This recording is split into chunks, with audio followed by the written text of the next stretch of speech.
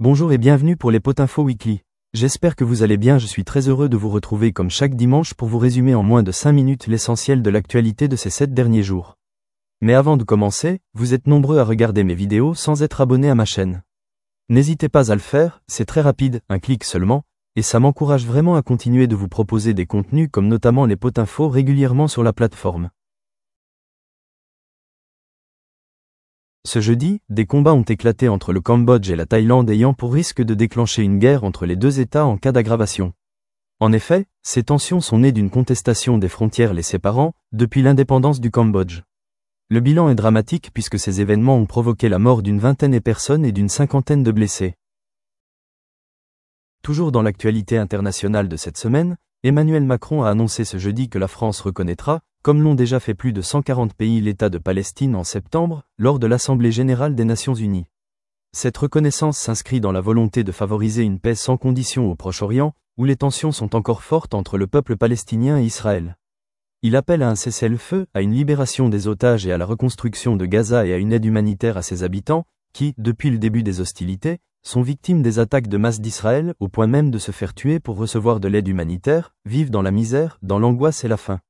Mais ne négligeons pas non plus les Israéliennes et Israéliens qui souffrent de cette guerre aussi.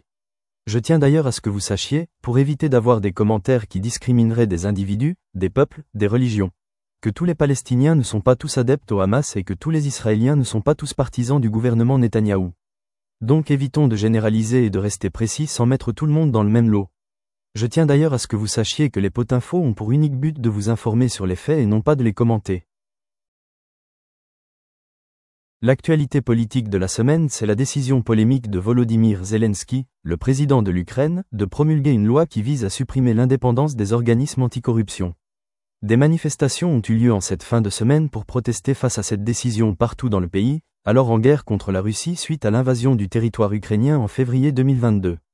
Suite à cela, le président ukrainien s'est engagé à être à l'écoute de la population, chose faite puisqu'il a proposé un nouveau texte ces derniers jours.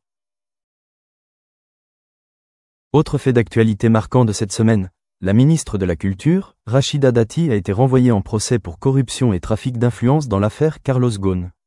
Plusieurs politiciens ont appelé à sa démission, le président de la République Emmanuel Macron ne soutient pas leur appel. Il est important de savoir qu'elle est présumée innocente pour le moment. Enfin, cette semaine, nous avons, en France, assisté à un phénomène démographique non négligeable, la mortalité est devenue supérieure à la natalité. Mais cet épisode était prévisible puisque ce qu'on appelle la transition démographique est suivi plus ou moins par toutes les populations et actuellement, nous entamons la phase de post-transition. Mais cette évolution qu'on peut qualifier d'inéluctable peut avoir plusieurs causes.